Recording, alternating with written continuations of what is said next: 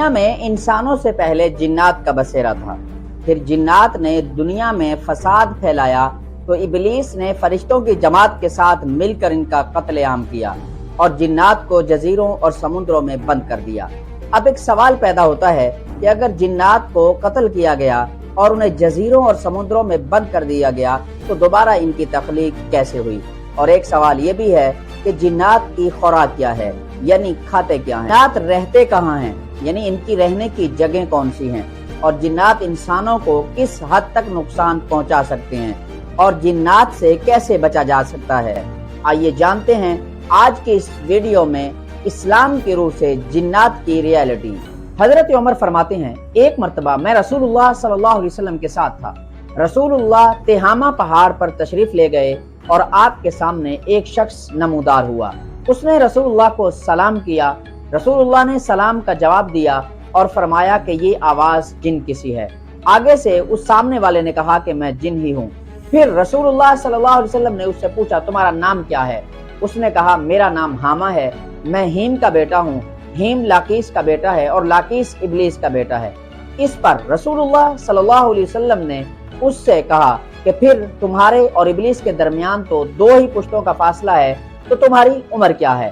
اس پر اس جن نے کہا کہ جب قابیل نے حابیل کو قتل کیا تھا تو میں اس وقت چھوٹا بچہ تھا اور پہاڑوں پر دوڑتا پھرتا تھا اور لوگوں کے غلے اور ان کی چیزیں چرا کر کھایا کرتا تھا اور لوگوں کے دلوں میں وسوسے ڈالتا تھا۔ اور پھر رسول اللہ نے اس جن سے فرمایا کہ تم بڑھاپے میں تو ایسے نہیں ہو، بچپن اور جوانی میں کیسے تھے؟ تم تو بہت برے ہو۔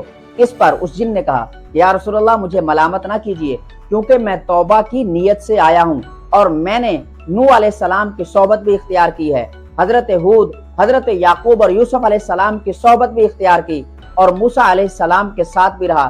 موسیٰ علیہ السلام نے مجھے عیسیٰ علیہ السلام کا سلام دیا اور میں نے ان کا سلام عیسیٰ علیہ السلام تک پہنچا دیا، اور پھر عیسیٰ علیہ السلام نے مجھے آپ کا سلام دیا تو آج میں نے آپ کو بھی عیسیٰ علیہ السلام کا سلام پہنچا دیا۔ پھر اس کے بعد رسول اللہ صلی اللہ علیہ وسلم نے فرمایا، اگر تمہیں کسی چیز کی حاجت ہو تو تم دوبارہ آ کر طلب کر سکتے ہو۔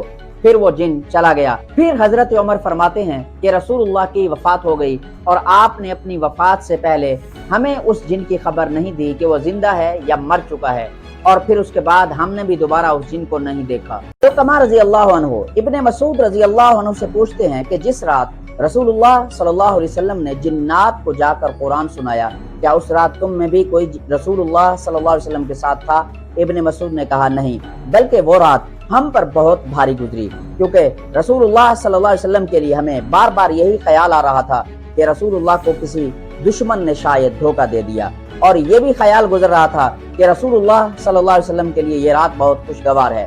پھر جب صبح کو رسول اللہ صلی اللہ علیہ وسلم غار ہرا سے واپس تشریف لائے تو ہم نے تمام کیفیت بیان کر دی۔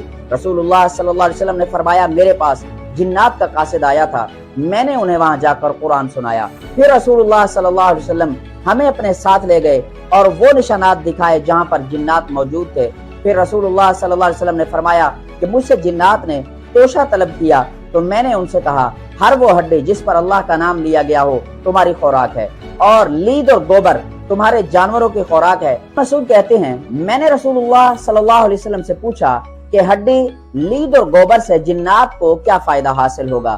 آپ صلی اللہ علیہ وسلم نے فرمایا، ہر وہ ہڈی جس پر اللہ کا نام لیا گیا ہو جیسے ہی جنات اٹھائیں گے وہ اپنی اصلی حالت پر قائم ہو جائے گی، یعنی گوشت سے پر ہو جائے گی، اور جب ان کے جانور لید اور گوبر کو اٹھائیں گے کھانے کے لیے تو وہ بھی اپنی اصلی حالت پر قائم ہو جائیں گے۔ اگر اناج ہے تو اناج بن جائے گا، اگر چارہ ہے تو چارہ بن جائے گا۔ رسول اللہ صلی اللہ علیہ وسلم نے فرمایا کہ ہڈی، لید اور گوبر سے استنجا نہ کرو، کیونکہ یہ تمہارے مسلمان بھائی جنات کی خوراک ہے۔ رسول اللہ صلی اللہ علیہ وسلم فرماتے ہیں، بنو عذرا قبیلے کے ایک شخص جس کا نام خرافہ تھا، اسے جنات اٹھا کر لے گئے اور کافی عرصہ جنات کے پاس یہ شخص مقیم رہا، پھر دوبارہ انسانوں کے پاس چھوڑ گئے تو اب یہ لوگوں کو جنات کے عجیب و غریب قصے سنایا کرتا تھا۔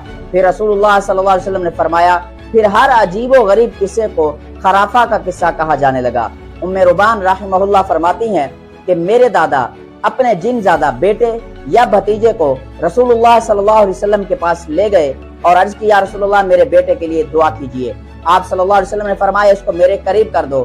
جب رسول اللہ صلی اللہ علیہ وسلم کے اس کو قریب کر دیا گیا تو آپ صلی اللہ علیہ وسلم نے اس کے کپڑے پکڑ کر اس کی پیٹھ پر مارنا شروع کیا۔ اتنا مارا کہ رسول اللہ صلی اللہ علیہ وسلم کی بغلوں کی سفیدی بھی دکھائی دینے لگی۔ پھر آپ صلی اللہ علیہ وسلم اسے مارتے جاتے اور فرماتے جاتے، اے دشمن خدا نکل، یہاں تک کہ وہ تھوڑی ہی دیر میں تندرستوں کی طرح دکھنے لگا۔ احادیث کی کتابوں سے یہ پتہ چلتا ہے کہ جنات ناپاک جگہوں پر رہتے ہیں، جس طرح کے ٹوائلٹ وغیرہ۔ اس لیے رسول اللہ صلی اللہ علیہ وسلم نے ہمیں ٹوائلٹ جانے کی بھی دعائیں سکھلائیں، اور یہ بھی کہا جاتا ہے کہ جنات ایسی جگہوں پر اپنا بسیرا کرتے ہیں جو ویران جگہ ہوں، جہاں پر انسانوں کا آنا جانا نہ ہو، اور یہ بھی کہا جاتا ہے کہ جنات جزیروں میں رہتے ہیں۔ اس لیے جنات سے حفاظت کے لیے 3 صورتوں کو صبح شام پڑھا جائے۔ 3 صورتیں کون سی ہیں؟ سورہ اخلاص، سورہ فلق اور سورہ الناس، اور اسی کے ساتھ ساتھ روزانہ صبح شام آیات الکرسی کو بھی پڑھا جائے۔ انشاءاللہ جنات سے حفاظت ہوگی، جنات کا اٹیک ہم پر نہیں پڑے گا۔